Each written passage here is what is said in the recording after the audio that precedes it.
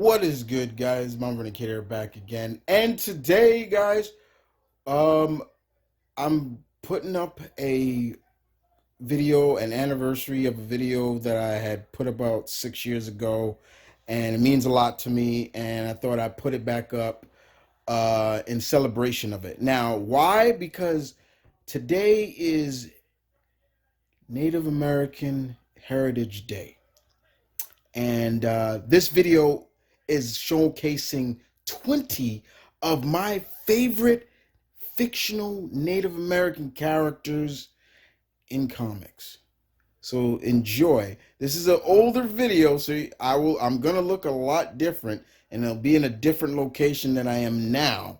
But the list has not changed, and it's a celebration of this video. So enjoy.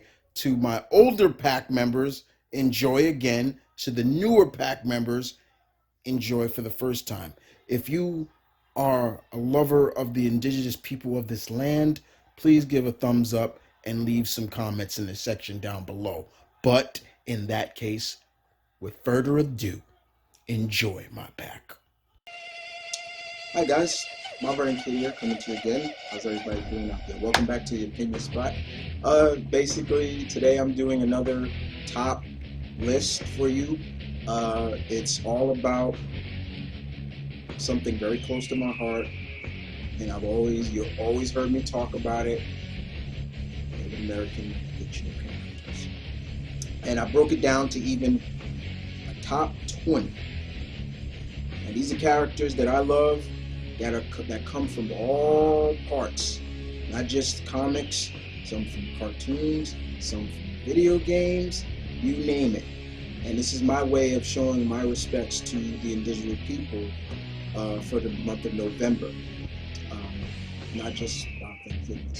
It's more than that to me. But also as well, I hope everybody had a very happy and safe Thanksgiving. Gave thanks to what they're thankful for.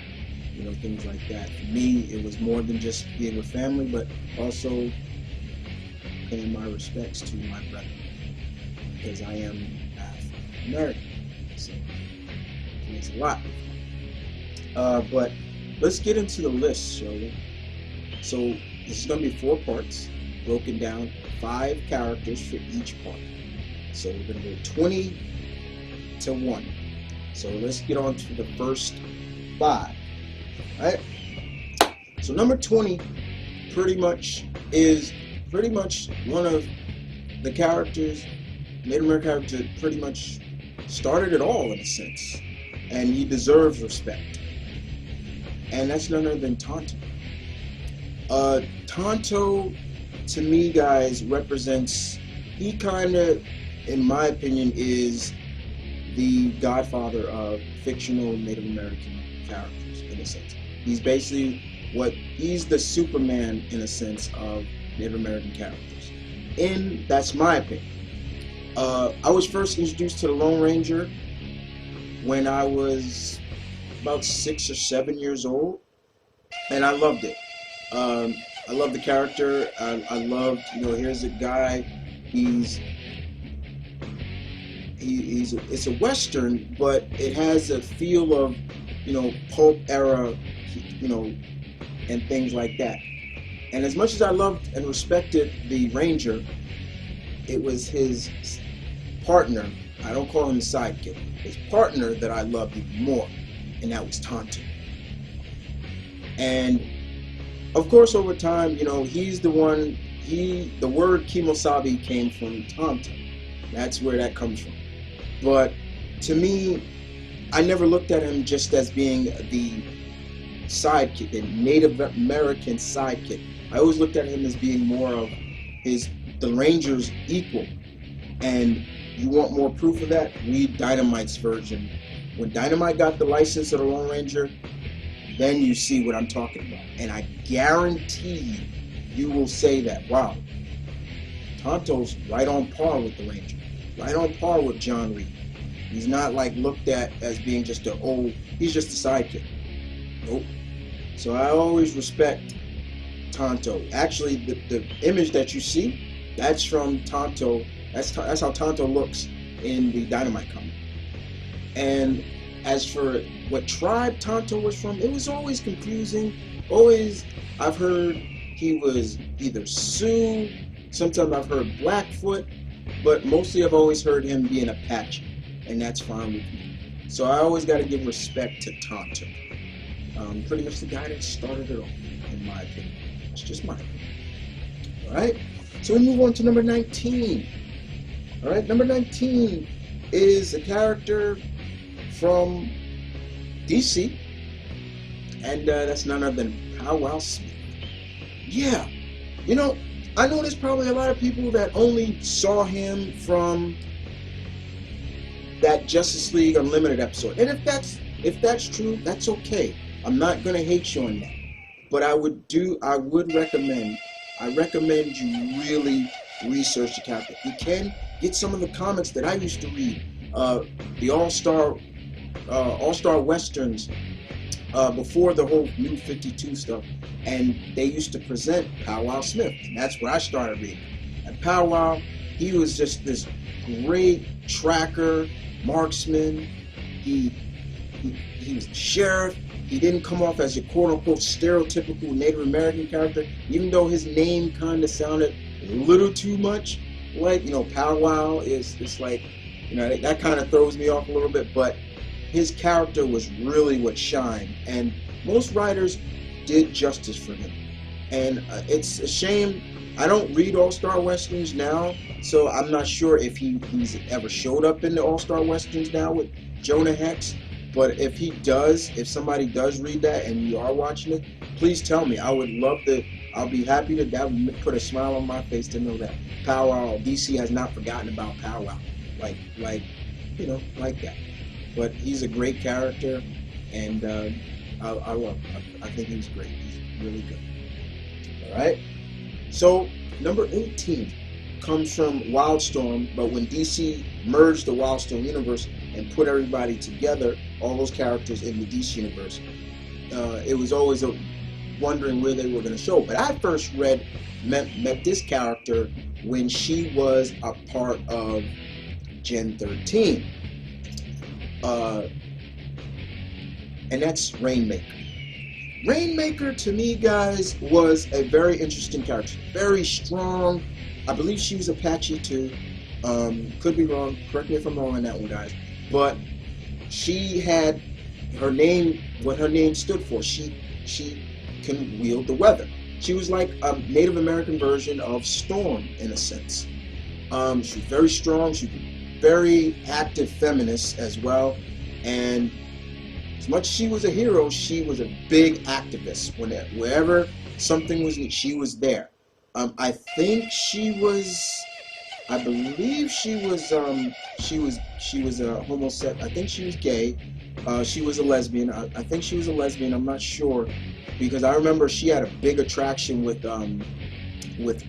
Fairchild at times. But she was a great character, and now I'm glad to know that Lady Gail Simone, is using her in her comic, The Movement.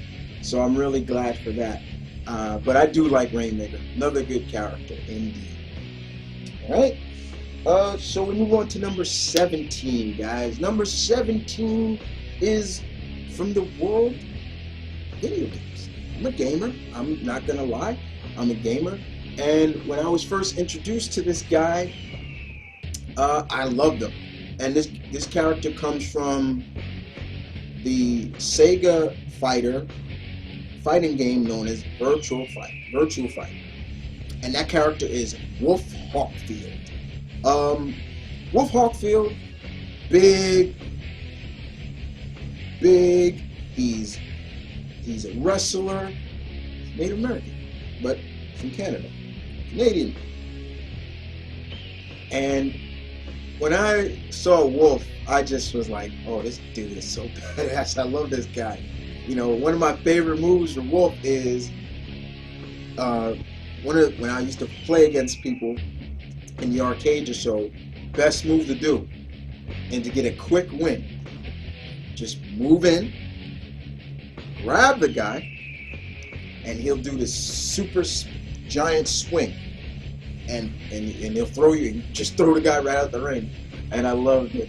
And his favorite, after he won, he used to always just go, "Oh!" I used to just love that.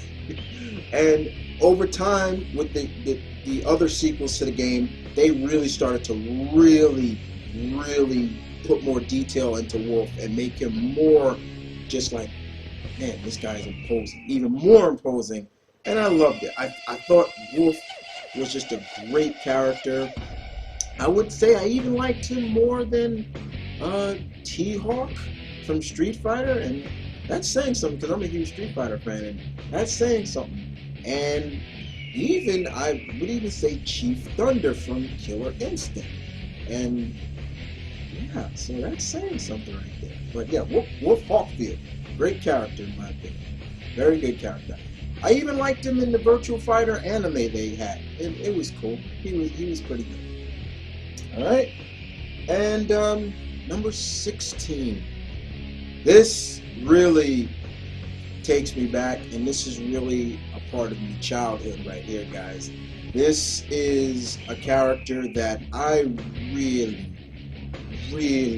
really was growing up watching this series. You gotta remember, guys, I'm a child of the 80s.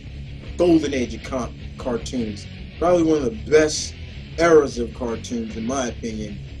And anybody can argue, and I'll guarantee you, as much as you're going to argue, you're not going to change my mind on that. That's why I always say, 80s, golden age, 90s, silver age.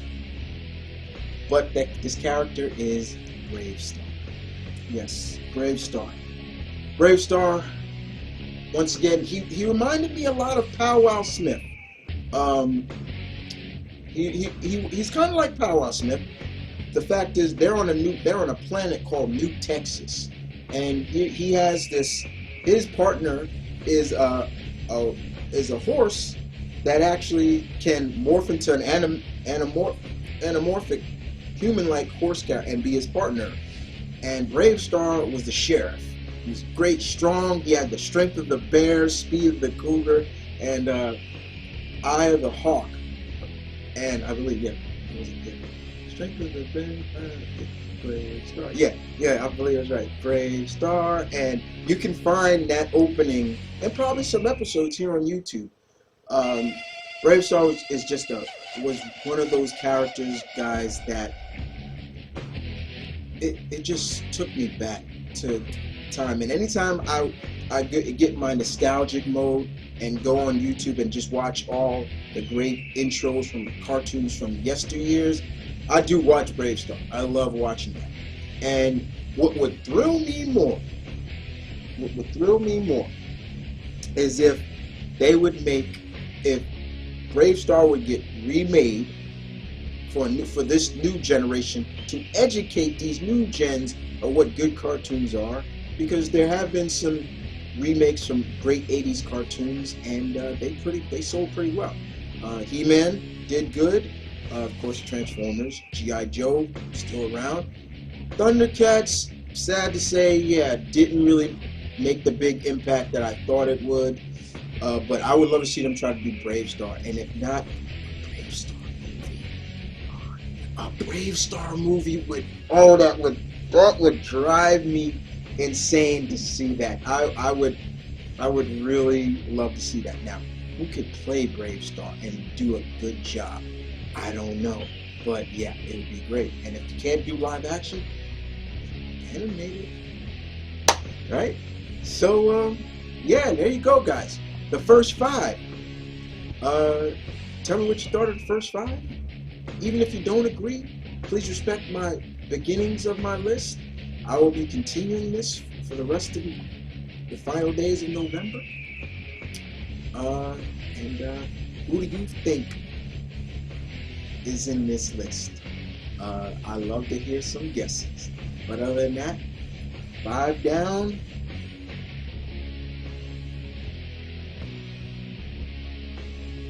15 more to go. So I'll see you guys later. This is M.V.K Kid. Peace and love. Stay tuned. Keep it real, guys. As always, I'm out. I'll take care. we go to the world of Mortal Kombat. And that ain't nobody none other than Nightwolf. Yeah. Wow. What can I say about Nightwolf? Alright. Nightwolf, to me, was a character. He is one of my favorite Mortal Kombat characters. I do like Nightwolf. I do. I don't hate the character. When he was first introduced in Mortal Kombat 2, correct me if I'm wrong, guys. I'm getting old.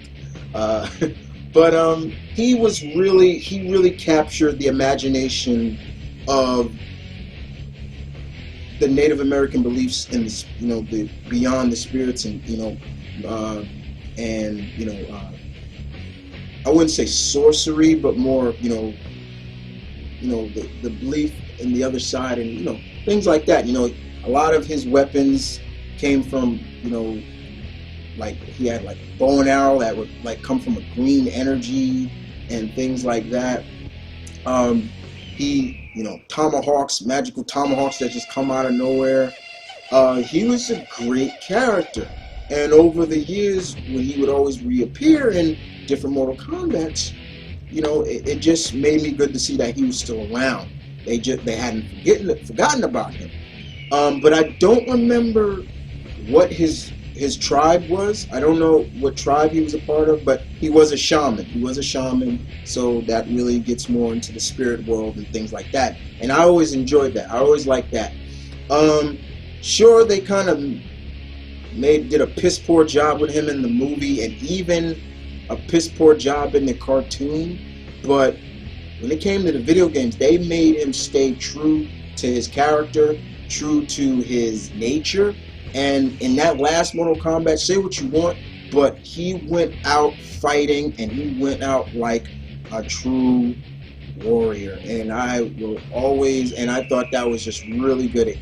If you remember, guys, Sindel came in, wiped out, killed everybody, and it was Nightwolf who killed her. So I give a lot of credit. I saw, Mr. Bloom and all them, great job of creating the character. But yeah, Nightwolf, great character. All right, so number 14. I have them written down right here, guys, so I'll remember. Number 14 comes from the world of G.I. Joe. Yes, you know me, guys. I'm a Joe man. I'm a fan of G.I. Joe. My number one favorite G.I. Joe is, of course, Snake Eyes. But I also love this character, and that's none other than Spirit. Yeah, I love Spirit. I believe he's the only Native American character on the Joes, and he represents their trackers. And I don't mind that a lot of fictional Native American characters are good trackers. That's in the blood. That's a part of Native American culture. They're good trackers. We're good trackers. I'm not saying I've learned how to do it, but they're good trackers. And Spirit is a great tracker. He's not just good. He's good with a lot of traditional Native American weapons, longbows, tomahawks, setting traps, things like that. And of course, in the cartoon, once again, they made him kind of talk like the stereotypical, ugh, and I must go fight, help the, this and things like that. And I hate when they do that. But Spirit was a great character. And he's been around for a while. He's been around. He's been in all the cartoons, I believe. He's been in all the cartoons, I think, except for Renegades. But all the straight to DVD movies, he's pretty much been in. And I believe in, say what you want about Sigma 6, but they made him a very, very great character. Very much. I remember him, he had a fight with, I believe it was Destro. And he was able to see through all of Destro's disguises and things like that. I believe it was Destro. I believe it was him. I haven't seen Sigma 6 in so long, but yeah. But Spirit's a great character. So we move on to number 13. And this character is one of my favorite characters of the Canadian Marvel team Alpha Flight. He's a founding member. And if you know, you should already know who I'm talking about. I'm talking about Shaman. Say what you want about Dr. Tutu Sensen, I believe that's his last name. But Shaman is a great character. Very, very underrated.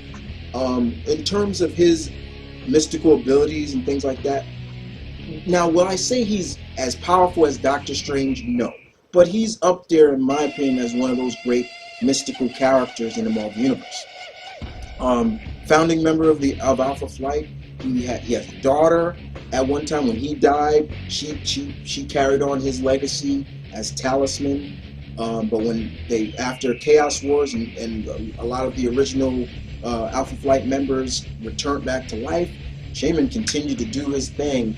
And I love what Fred Van Lent and Greg Pak did for Alpha Flight in the last Alpha Flight Maxi series they did. Very good stuff.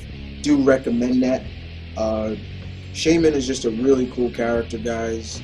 Like I said, very underrated. Needs a lot more shine. Do I think there needs to be an Alpha Flight movie? Hell fucking yes. I would love to see an Alpha Flight movie. We've only seen Shaman in animated one time, and that was when they Alpha Flight guest starred in Wolverine in X-Men, the 90s X-Men. And he kind of, once again, had that stereotypical, Native American talk that pisses me off, But, he's... I mean, it's not that it pisses me off, guys, but I just hate when they sound so monotone. Because I remember the line, too, where he was like, Wolverine, I am your friend. And, Wolverine's like, you don't get out of my way, medicine man. I'm going to run through you and things like that. And, you must do what the great spirits are. I'm like, why is he talking like that? That pisses me off. I'm like, ugh. But besides that, he was a great character. He's a great character. Very great character. So yeah, Shaman makes my list. Number 12 is none other than, sorry about that, I'll check my phone. Number 12 is one of my favorite characters from the Legion of Superheroes. That's Dawnstar. I give Paul Levitz a lot of credit here. Thank you for creating the character. You co-created it, but thank you for creating it. Dawnstar is one of my favorite characters from the Legion of Superheroes. She's up there with people like Lightning Lad, Timberwolf, people like that, Cosmic Boy, Chameleon Boy, Saturn Girl, characters like that. Dawnstar is Native American, but she's from a planet called Star Haven. Correct me if I'm wrong on that one, guys. It was inhabited by Native Americans in the 30th century. And they've also been genetically altered things with wings on the back. And she's very intelligent. She's very, very brave, very strong character. She can fly really fast. She's so skilled at a lot of talents. You want somebody like that on a team. And she just does, Donnie just does a really good job at being great. And she's still around, and I'm glad to see that. Even though I believe Legion of Superheroes, that comic was canceled, but I'm glad to see that she was still a part of that team, and it was really good. It's really good. I'm glad to see. I will give DC a lot of credit for thank you for keeping her a part of that team. It makes a lot of sense. I like them. Very good character. And number 11. This character takes me back even before he appeared in video games. I go ways back with this character when he was a part of Dell Comics. Before he moved from Dell to Valiant to all the other different comic companies. and this character is Torok. Yeah. What can I say about Torok? You got a Native American character on a world fighting dinosaurs, and he's kicking ass doing it. I love that. And it's not just dinosaurs. You know, in the beginning it was dinosaurs and barbarians and all kinds of stuff, but he was such a great character, and I loved it. And when the first Torok game came out, I knew who he was. I knew who Torok was right before the game even came out, and I was just like, wow, he made a game. And I saw the anime they did about it, and of course later on he kept going from different comic companies, and then of course they made another game. He made another game, and then they made the last game I remember came out for the Xbox 360, and the character was cool, but I heard that game had a lot of problems with it. I've never played it, but friends of mine have told me things about it, and it was a first-person game. But Torok, very good character. I would love to see whoever has the license for Torok. I would love to see them do some more comics with him, because Torok is a great character, extremely great character. You want to talk about badass Native American character? Torok is who I'm talking about. Is one of them. So yeah, but yeah, guys. Move on to the world of X-Men. So yeah, we're thinking about a mutant. So who's this? No, well, none other than Forge. Yes, Forge. Forge to me is a great character.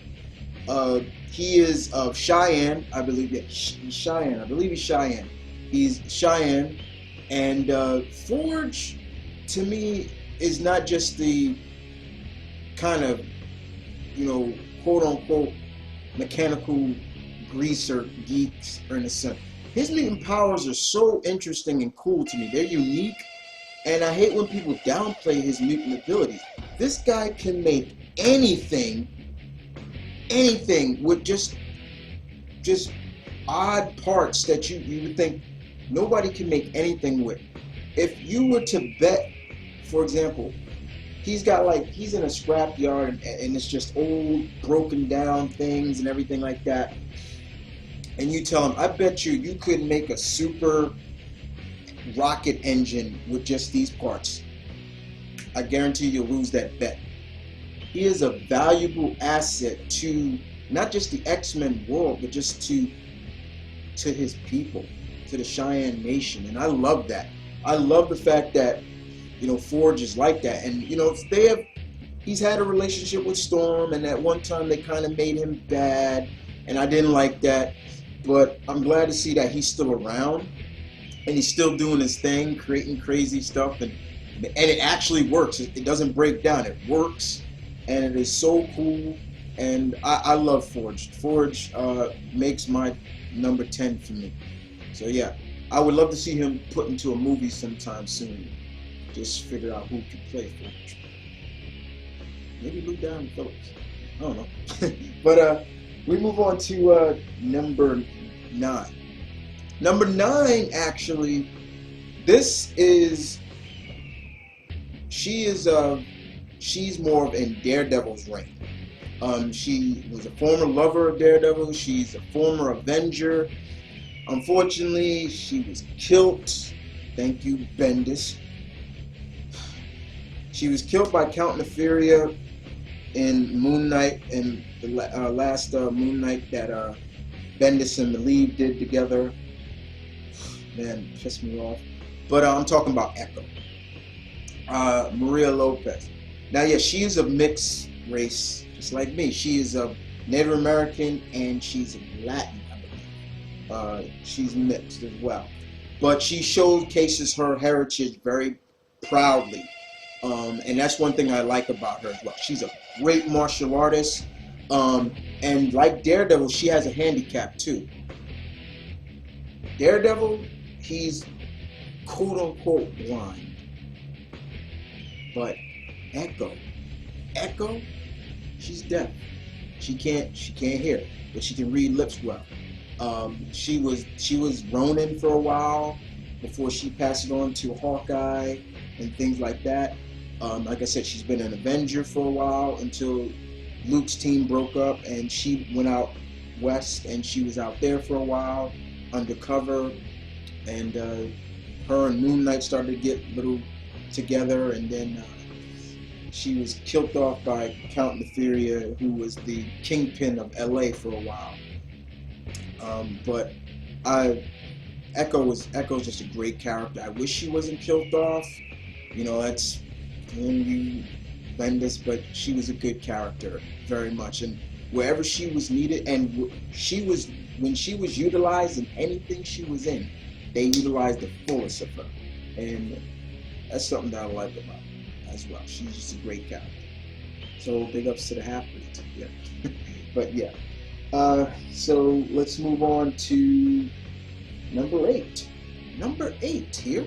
And number 8, we're going back to Alpha Flight. Yeah. Another one of my favorite Alpha Flight members. I respect every Alpha Flight member. I respect Omega Flight, I respect Gamma Flight, and Beta Flight.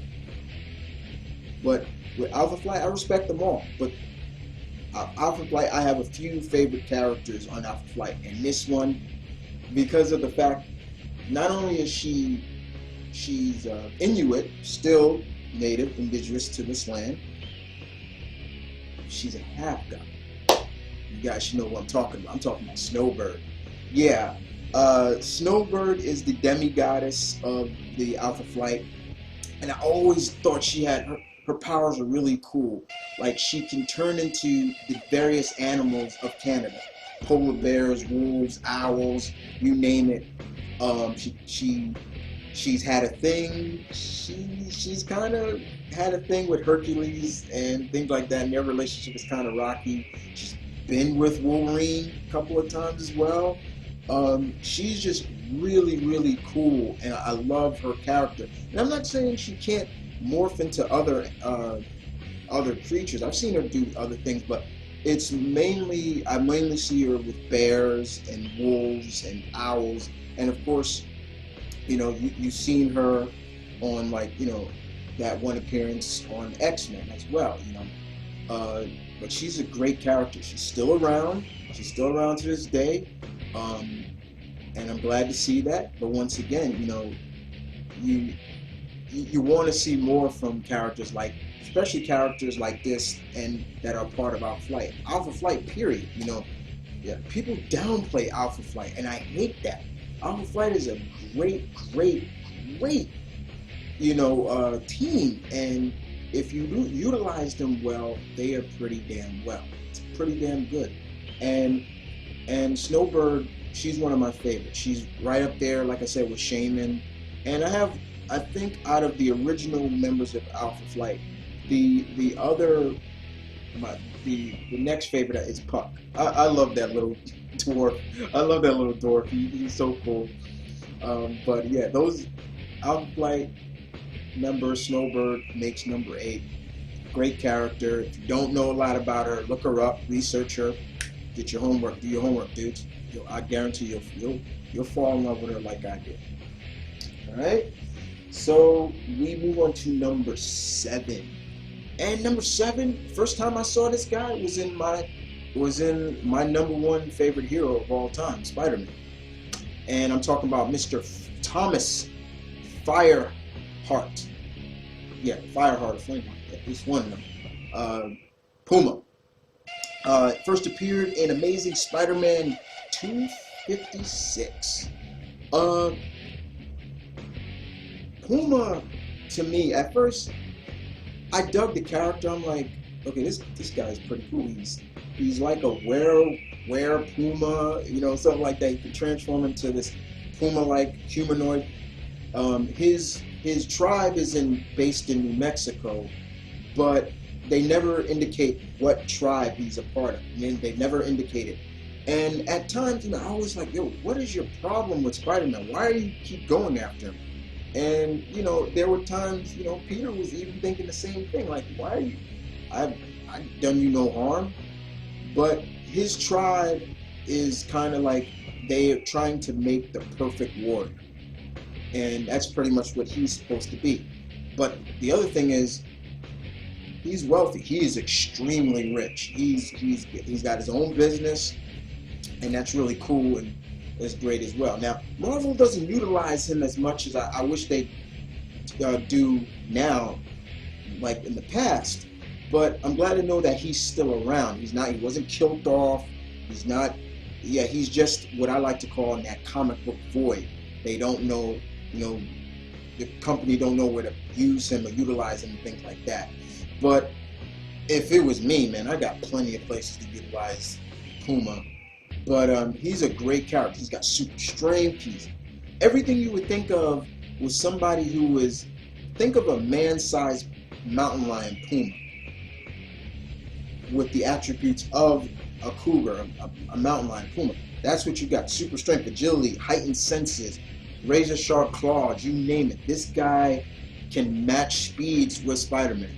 He took it to Peter. Not gonna lie about that. This guy is a badass if he is to really full blown go out on it. And that's something that why he is so cool and in a sense underrated in terms of his abilities. But Puma makes my number 7. Great character. Once again, as always, for all the characters, you don't know anything about them, research them, and tell me what you think about them. All right. So we move on to number 6. Number 6, we go to Image. Top Cow, and this is my favorite character from the team known as Cyberforce, and that's none other than Ripclaw. Ripclaw, patchy, badass character. Basically, the way I can think of Ripclaw in a sense is he's a mutant too.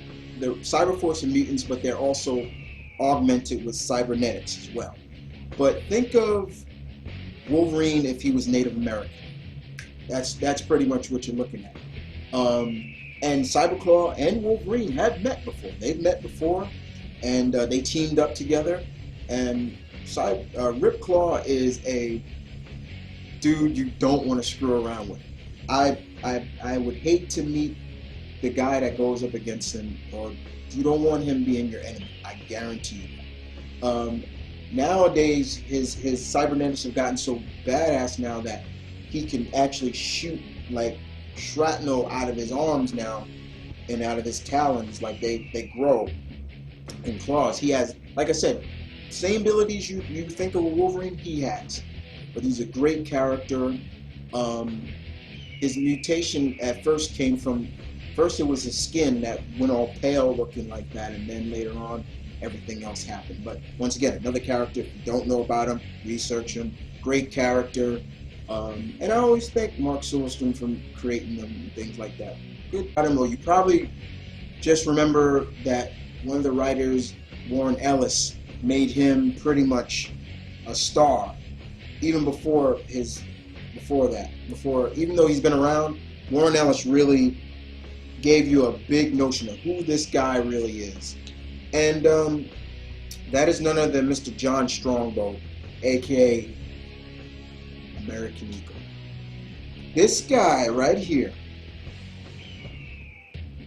under Warren Ellis's run of Thunderbolts, beat the living hell out of Bullseye. And yeah, okay. I'm just making sure I'm moving, guys. So Karen. But yeah, he definitely beat Bullseye just like that. No qualms asked. And he's a little different from the first American Eagle, who looked more like a warrior, brave. This one, that was his brother. John Strongbow, he looks more like a biker. He dresses in leather. He's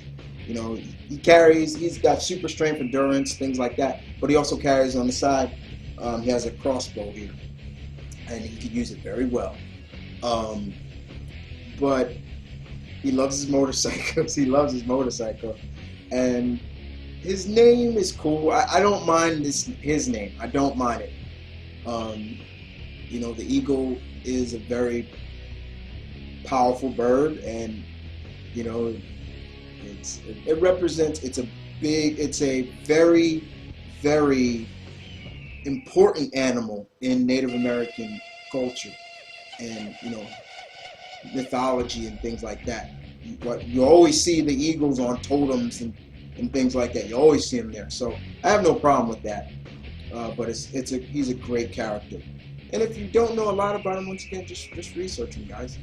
I guarantee you'll see what I'm talking about. So move on to number 4. Number 4 is none other than a character that we all fell in love with in the 90s on the hit show Gargoyles, talking about none other than Miss Elisa Mazza. She is of Sarsi, and she's Native and black. The actress who played her, Sally Richardson Whitfield, spot on, great choice. You ever see her, looks just like her. And you can see why Greg Wiseman changed her ethnicity, because she was supposed to be Latin, but they changed it. I think she was supposed to be Puerto Rican. But Elisa just is a great ally to the team. Think of, she's April O'Neil, but just more. And better, yeah, better. Second class NYPD detective. She's seen some stuff, but she's like a rock. She's like a rock. The fear that she first had turned to loyalty, turned to respect for the gargoyle race, everything. She just became such a great character. And when she was shot, I really thought they were going to kill her off, and that would have broke my heart if they had did that. But she's such a great character, and I'm glad to see that she was there through everything, and such a loyal character, and I love her for that. That's one thing I respect the most about Elisa, is her loyalty. She never gave up on the clan. All the time, she was there whenever they needed her. She was there, and I love that about her. Just a great character. Great character indeed. So, we're going to move on to number 3. And number 3 is Danny Moonstar, aka Mirage.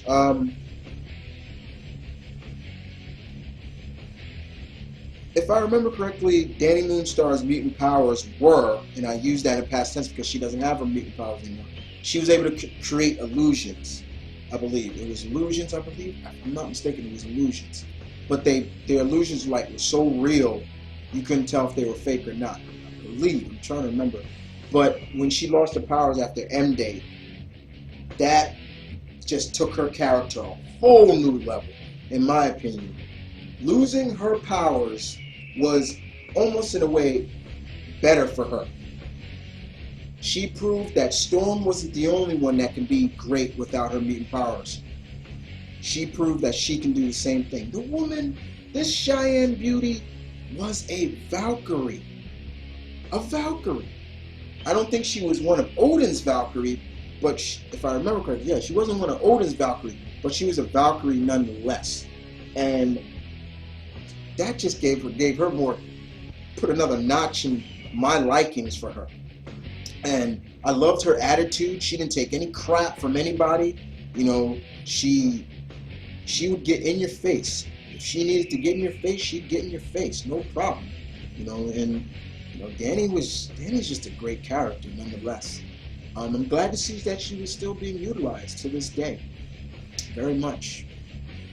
Danny Moonstar, guys. I would love to see her make a live action appearance or something. Once again, just trying to figure out who could be her. But give a lot of credit to the Cheyenne Nation. So we move on to number 2. Checking the time, guys. Number 2 goes to none other than Connor from Assassin's Creed 3. My favorite of the Assassins. Why Ubisoft doesn't continue his story, I don't know. They continued Ezio's story, why not his? As they say, as the developers said about Connor, a tank with a Ferrari engine, and he lives up to that. But Connor, his character was so respectful.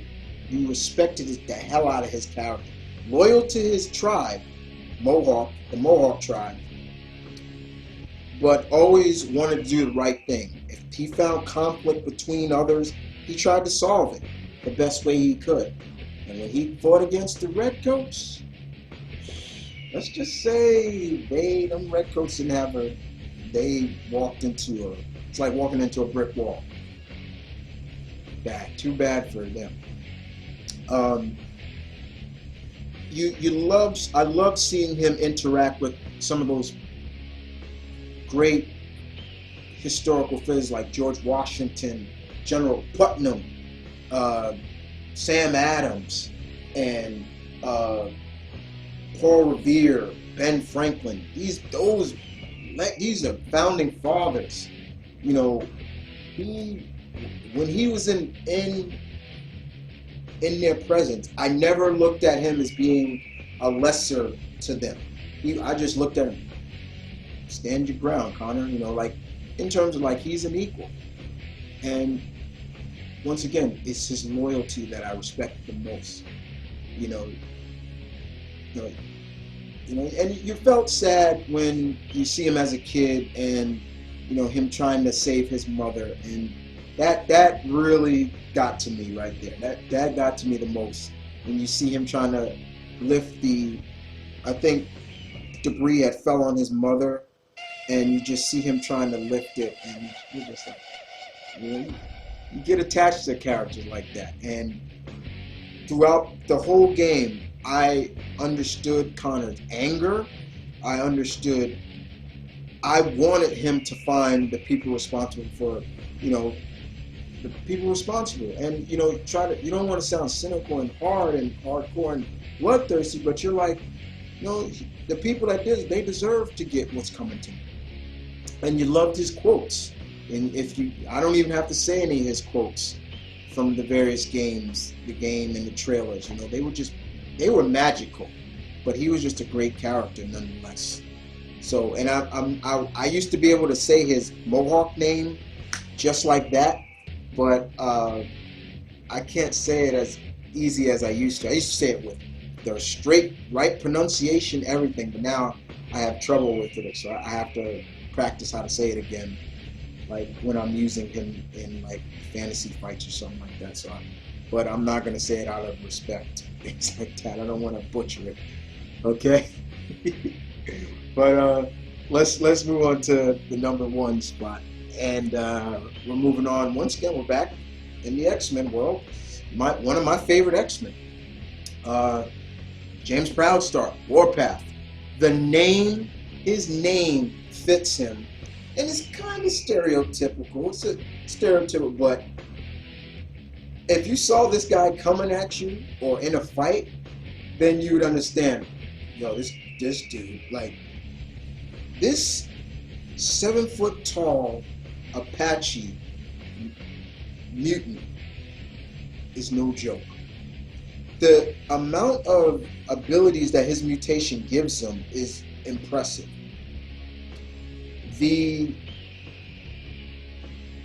And he was just, every time he was utilized in any story, I loved it. You talk about another guy that didn't take any crap from anybody? Warpath didn't.